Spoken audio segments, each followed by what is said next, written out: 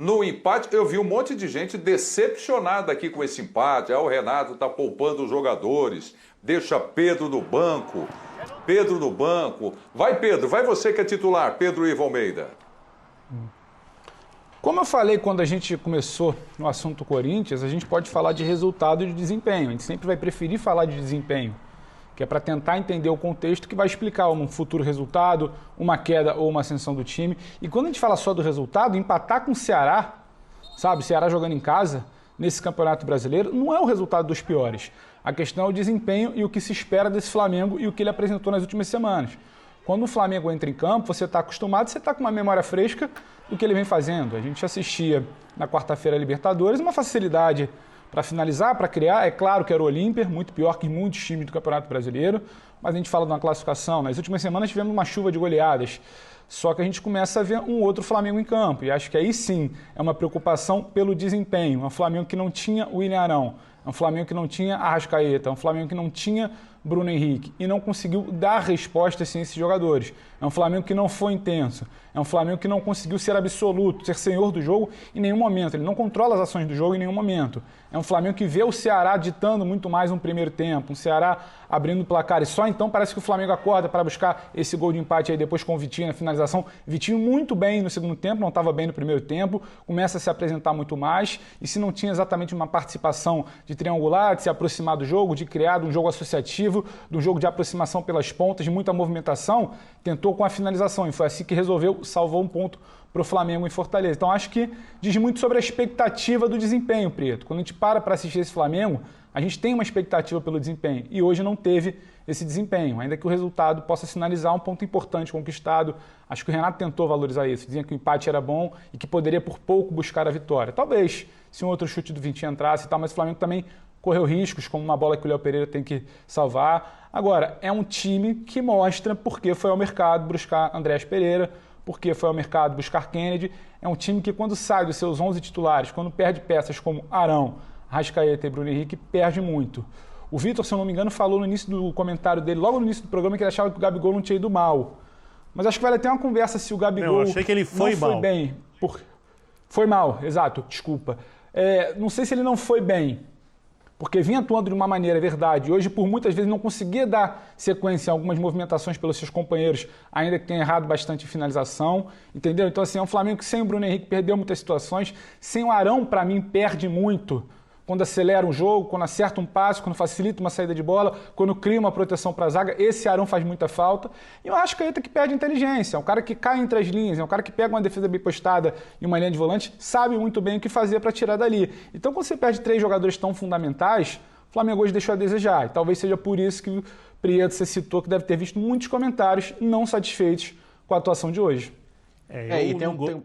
Tem um ponto para mim, desculpa, Vitor, que eu abordei no meu primeiro comentário. Assim, se você, em poucos jogos, consegue fechar sua casinha e não levar gol, você vai precisar sempre que o ataque renda ao máximo. E o Flamengo levou 7 gols em 6 rodadas com o Renato. Tudo bem que 4 concentrados no mesmo jogo com o Inter, mas ainda assim, de 6 jogos, os ingleses chamam de clean sheet, né? São 2 sem levar gol, contra a Bahia e contra o Sport.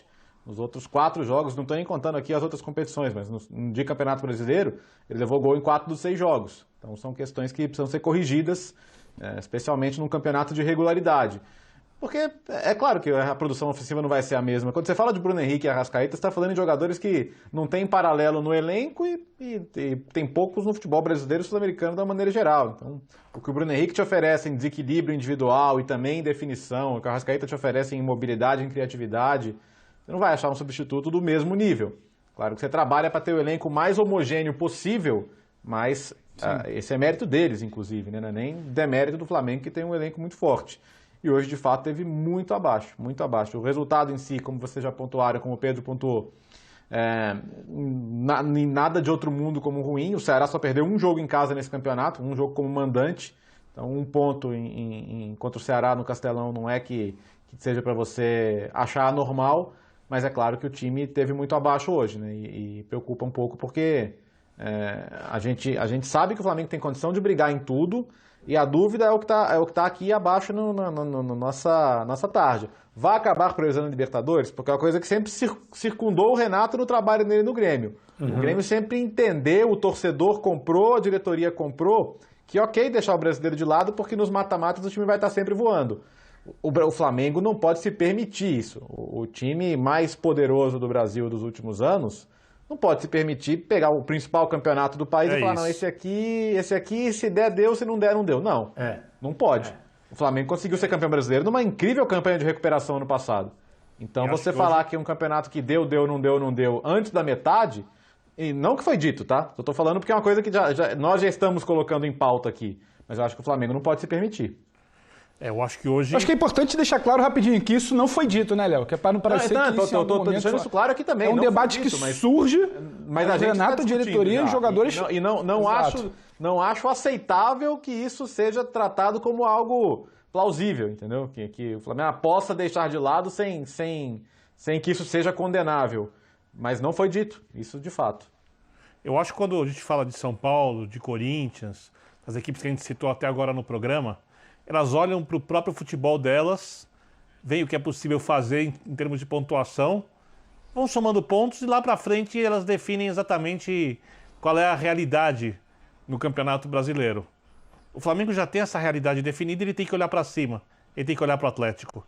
Ele não pode ficar perdendo pontos, mesmo num jogo difícil como esse. Eu concordo com todos os colegas, ganhar do Ceará fora de casa não é fácil. Mas quando você perde muitos jogadores... eu tenho duas questões que acho fundamentais. Uma é o desempenho técnico dos melhores jogadores que ficaram. Outra é o treinador, que precisa achar soluções, porque o time não pode ter uma maneira só de atuar, um desenho só de jogo, por mais que o Renato tenha chegado há pouco tempo. O Gabigol, por que eu critiquei o Gabigol hoje? O Gabigol foi muito vítima do que o Flamengo não fez. Porque o Vitinho, melhor em campo com a bola, não é um jogador que, ao contrário do Arrascaeta, procura tabelas, triangulações rápidas, que valoriza o que é o Flamengo no seu melhor jogo. O Vitinho é um jogador que finaliza muito de fora da área, que até tenta, às vezes, fazer isso que eu disse, e que sem a bola participa pouco da partida, menos que o Arrascaeta. O Vitinho marca muito pouco, pressiona pouco na frente, menos que o necessário, parece que está carregando um peso do tamanho do mundo quando tem que fazer isso, até me incomoda às vezes. Exatamente. Tá? Mas com a bola, hoje, ele foi o melhor jogador do Flamengo. Só que o Gabigol teve uma chance aos 37, que ele tenta bater a bola de curva na grande área, e ele, inspirado, faz esse gol, e teve uma outra chance que a bola é rolada para ele também no final do primeiro tempo, na entrada da área, ele chutou a bola muito longe. São finalizações que não combinam com o Gabigol. Ele pode fazer uma, na segunda ele costuma acertar. O Renato citava em entrevista que o Flamengo aproveitava muito bem a chance que criava. Isso tem a ver com a qualidade dos jogadores e com o local onde o Flamengo consegue levar a bola para essas finalizações. A gente cansa de ver o Flamengo fazendo gol ou na pequena área, ou muito próximo da pequena área, ou cara a cara com o goleiro. Hoje as chances foram poucas e o Gabigol não conseguiu aproveitar. O Everton Ribeiro também não fez um grande jogo. Michael não fez um grande jogo. João Gomes, para mim, também não fez um grande jogo. Ele no primeiro tempo chegava mais à frente que o Diego um pouco mais recuado. Quando tem inversão, o Flamengo começa a pressionar mais porque o Diego queria mais. O João Gomes, para mim, não dá sustento, não deu sustento ao sistema de marcação e também não agregou praticamente nada à criação. Teve um lance, por exemplo, ali que, se fosse no pé do Diego, ele vai meter a bola no Gabigol, o Gabigol corre para dentro, ele dá a bola nas costas, quer dizer, não fez uma grande atuação. E o resultado acabou sendo justo para um time que coletivamente não funcionou. Eu gostaria de ter visto alguma coisa diferente. Confesso que gostaria de ter visto alguma coisa diferente. Quem sabe o Vitinho aberto, com o Everton Ribeiro por dentro, quem sabe até o Gabigol aberto, com o Pedro jogando de centroavante, né? A partir do momento que a coisa não funcionou muito bem, com o Michael fora da equipe.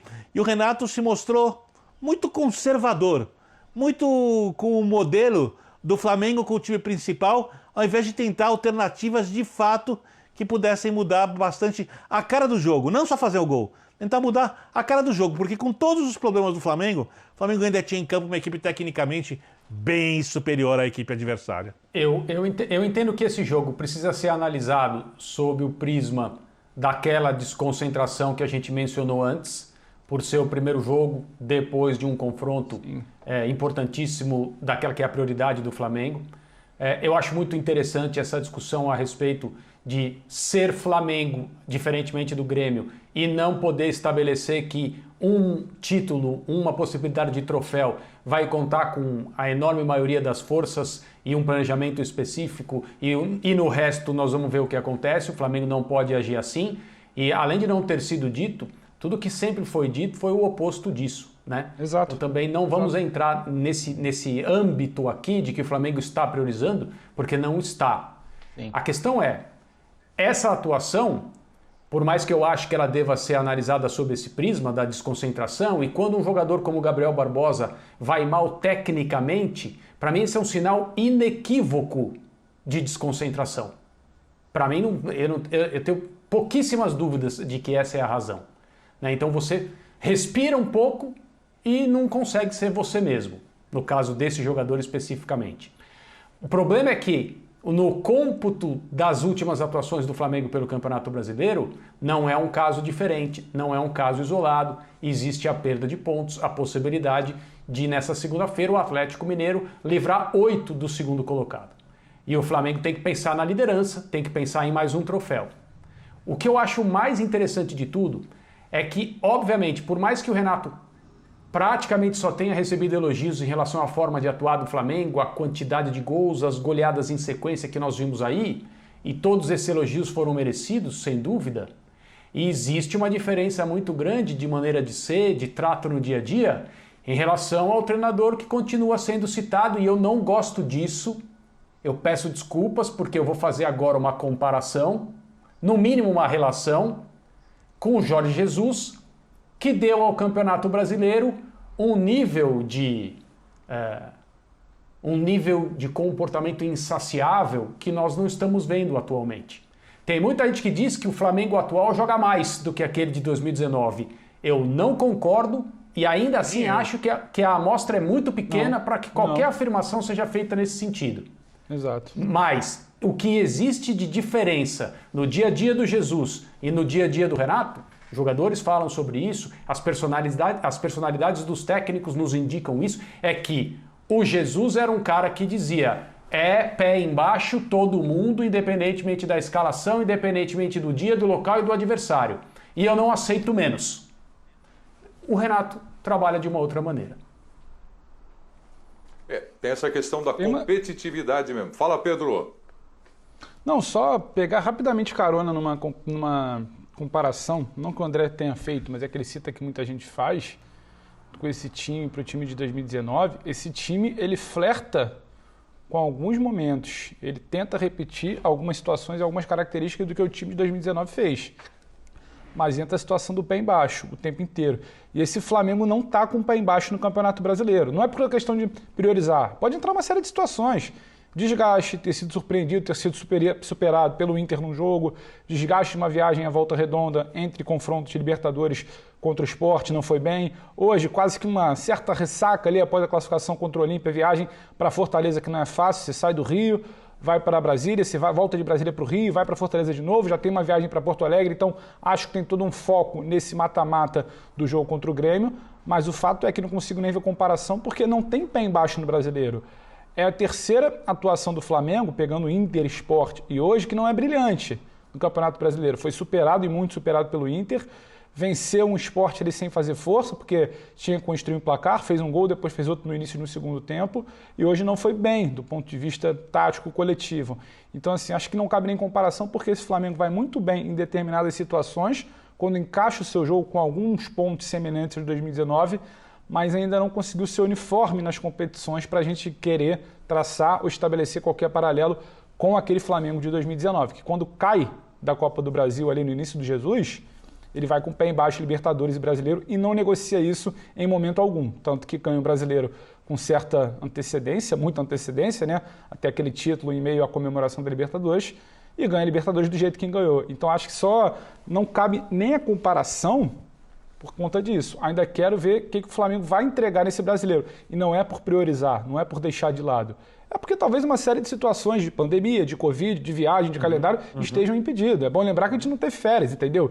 Então, assim, esse Flamengo talvez queira muito, os jogadores querem, falam muito isso, a diretoria fala muito. Esse Flamengo pode querer muito Copa do Brasil, Libertadores e Brasileiro. E você necessariamente os clubes hoje conseguiriam. Mas fala, Léo.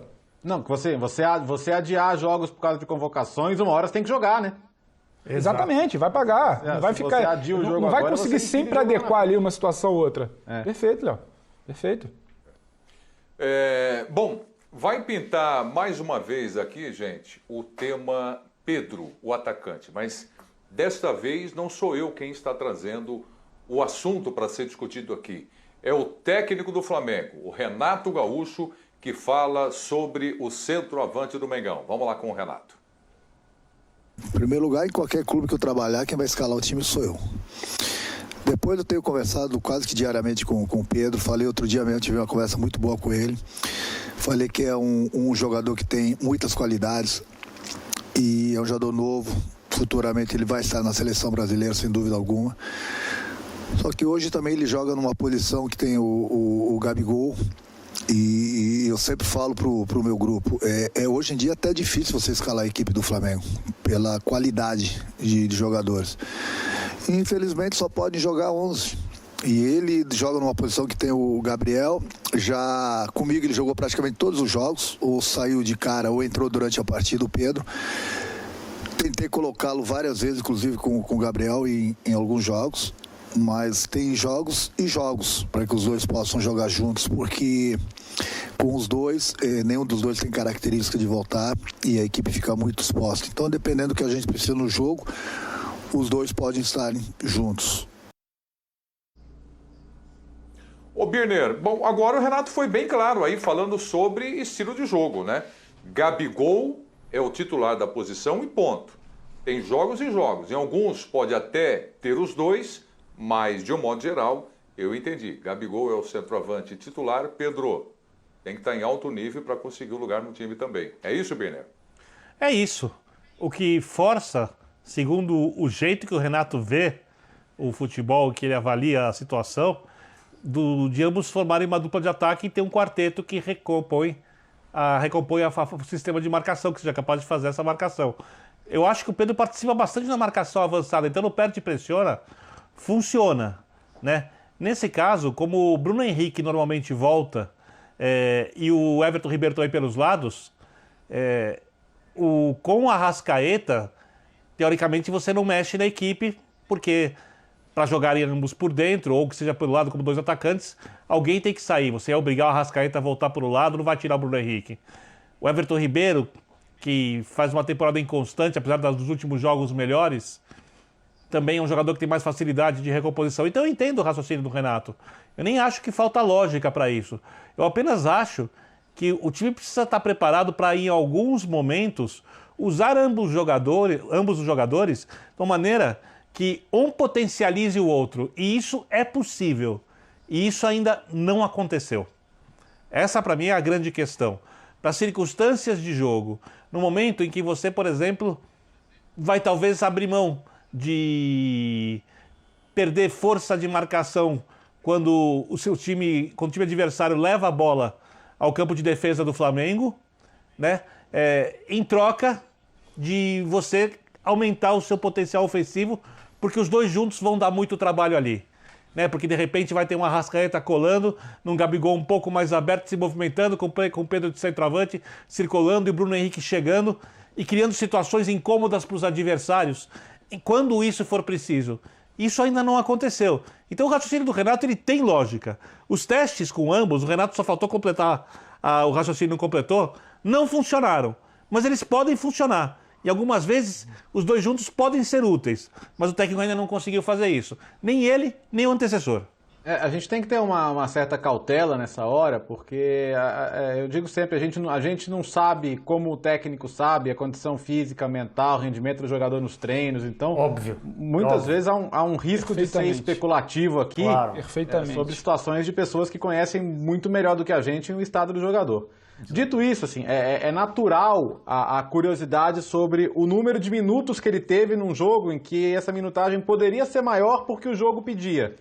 Mas acho sempre é importante ponderar isso, né? O técnico ele tem um nível de informação maior que o nosso, praticamente sempre, para julgar essa situação. É que hoje o jogo pedia muito a presença de um jogador como o Pedro, até pelo nível que estava apresentando o Gabigol. Então acho que é natural o torcedor se perguntar por que ele não teve mais minutos num jogo como o de hoje, né?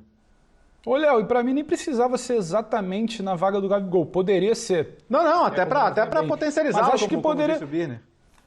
Eu queria entender, e assim, a gente tem uma tarde aqui, o que explica o momento do Pedro? Eu acho que isso acontece. Nenhum jogador no futebol brasileiro, em qualquer time, ele vai manter, é muito difícil, nenhum não, é muito difícil que um jogador mantenha um excelente nível de entrega, de atuação, sabe, durante toda a temporada. Ocorre uma série de situações que, como o Léo frisou muito bem, a gente não pode ser leviano e falar daqui que é por isso, que é por aquilo. Vamos tentar nos ater ao que acontece em campo. E aí eu entro no episódio de hoje do jogo do Pedro. O Pedro ele tem minutagem, o Gabigol chegou a ser expulso, ele jogou um tempo inteiro, ele entrou em outras partidas, ele não está entregando como antes. A gente pode examinar uma diversidade de fatores ali. O time joga no outro esquema, o Renato prioriza jogadores abertos, o Renato está jogando com jogadores abertos, não necessariamente tem um cara fixo. Só que hoje, contra aquela defesa pesada do Ceará, e muito do que o Birner fala que ele foi vítima, o Gabigol foi vítima de uma situação do jogo, contra uma defesa pesada do Ceará, eu acho que caberia o Pedro. Contra um Michael que não estava bem, eu acho que caberia um Pedro, com o Gabriel circulando, Pedro ajudando na pressão, Pedro marcando essa posição dentro da área, Pedro abrindo espaço, Pedro recuando talvez para o Gabriel entrar em alguma situação. Então assim, eu queria ver, o Birner quase sempre bate nessa tecla, eu queria ver mais, queria ver um pouco mais de ousadia, não tanto conservadorismo. Não dá para ficar se apoiando exatamente nessa situação de Gabriel e Pedro não combinam. Então vamos tentar fazer combinar, o que dá para se criar sobre isso? Você tem dois jogadores de potencial enorme, o Bruno estava suspenso. Será que não teria tempo exatamente? Talvez não, até pelo calendário. Mas de se pensar alguma situação, e no caso do jogo de hoje, do Ceará, uma zaga pesada, um jogador que poderia ser útil para o Flamengo, travando essa zaga lá, encostando essa linha lá atrás, sabe, procurando aí pressionar também, como ele faz, ele entrega uma pressão pós-perda que hoje o Flamengo não teve, um Vitinho que demorou a engrenou no segundo tempo, mas um Michael que não estava bem, um Everton não esteve bem também hoje, então assim, eu acho que ele poderia ser solução ali para alguma situação durante o jogo, não só os 30 e tantos minutos do segundo tempo. Então talvez tenha demorado, mas é algo que acontece. Não vamos aqui criar um problema maior do que existe, porque o Pedro teve alguma situação de seleção, de negociação, queria sair, queria ir para a Olimpíada. Não é por isso. A gente não pode atrelar os fatos se os personagens não falaram, se a gente não tem evidência. Então, tentando enxergar o que o campo nos diz. E o campo nos diz que talvez o Pedro pudesse ser utilizado de uma outra situação que tinha explicação tática para aquilo ali hoje. Mas acho que você ia falar, André. Não, só voltar ao começo do trecho da entrevista do Renato que nós exibimos, porque ele diz alguma coisa assim, nos meus times quem escala sou eu. Essa resposta na entrevista coletiva, ela foi encaminhada por uma sugestão que teria sido feita de que existe uma interferência da diretoria para não escalar o Pedro. O que me parece algo sem pé nem cabeça, algo que não tem nenhum tipo de racionalidade. Aí o Renato passa a elogiar o Pedro, no final dessa mesma resposta ele diz que tem confiança que o Pedro será o centroavante da seleção brasileira na outra Copa do Mundo, não na próxima, mas na outra, até pela questão de idade dele, sequência de carreira. É claro, é uma previsão, mas ele disse isso. Você tem um jogador assim no seu elenco, por qual motivo a diretoria lhe pediria para limitar os minutos?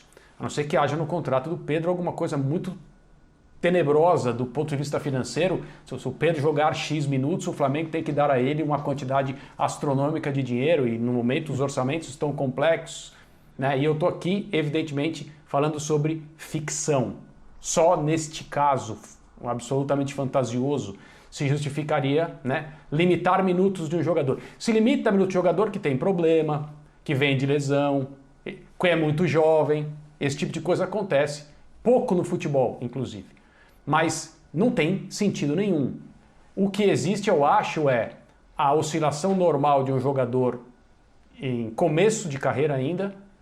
Teve Covid, não teve o Pedro? Sim. Se não me engano, Sim. teve. Sim, há 2 meses. Não tem como imaginar, não tem como saber. A medicina não nos diz como que vai ser o progresso de um jogador, porque os organismos são diferentes, cada um lida com esse maldito vírus de uma determinada forma.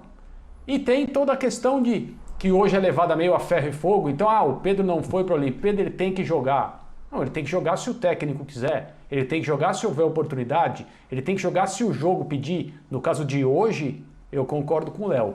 O jogo pedia muito a presença de alguém com as características dele. Mas acima de tudo eu concordo que ninguém além do treinador, ninguém mais do que o treinador, tem mais subsídios, mais informações para fazer uma escolha de jogadores numa determinada partida. Com relação ao Pedro aqui, como eu disse, né? Não foi nem eu que trouxe o tema agora, assim como a gente já discutiu em outros programas do Linha de Passe, mas isso vem à tona mais uma vez. Essa cobrança trata-se de um grande jogador, né? A expectativa é sempre muito grande para que ele jogue naquele alto nível que ele fazia até antes da Olimpíada. É coincidência ou não? Se eu não estou enganado, foi até o Bertozzi que trouxe aqui, o André. Agora se lembra também a questão da Covid-19. O Léo pontuou semana passada, verdade. Semana passada, que eu parabenizei, falei, pô, isso é perfeito. A gente não pode deixar isso de lado. Realmente tem que trazer também isso para dentro da discussão. Não tem médico nem cientista aqui, a gente não sabe quais são as sequelas de cada atleta quando é contaminado. Bom, eu queria ainda entrar no assunto com vocês, mas pelo que eu estou vendo aqui não vai dar tempo, de Andréas Pereira, né? Deixa eu ouvir aqui rapidinho o Birner, antes da gente ir para um intervalo que eu tenho que pagar aqui. Andréas Pereira, pelo que você viu hoje dos volantes do Flamengo, chega para brigar e ser titular? Eu acho que não. Eu acho que ele vai ser reserva. Lógico que eu não consigo mensurar a facilidade que ele vai ter por sair do futebol em nível competitivo muito maior para chegar aqui. Em primeiro lugar, a posição dele, em tese, seria a do Arrascaeta. Em segundo lugar, do Diego. Para mim, não joga em nenhuma das duas. E o Arão, pela característica, não dá para mexer. Então, a não ser que ele tenha um impacto muito grande, a diferença de sair da Europa para vir jogar num futebol mais fraco como o brasileiro, eu acho que ele vai ser uma boa peça para o elenco, vai ser um jogador útil, mas em princípio não vai ser titular. Vai ter que esperar um pouquinho. Perfeito, então aqui o Vitor Birner falando de Andrés, que está chegando aí a contratação do Flamengo. Vamos para o intervalo agora, voltaremos já. Permaneça aqui com a gente, é o Linha de Passe na ESPN Brasil. Até já, pessoal.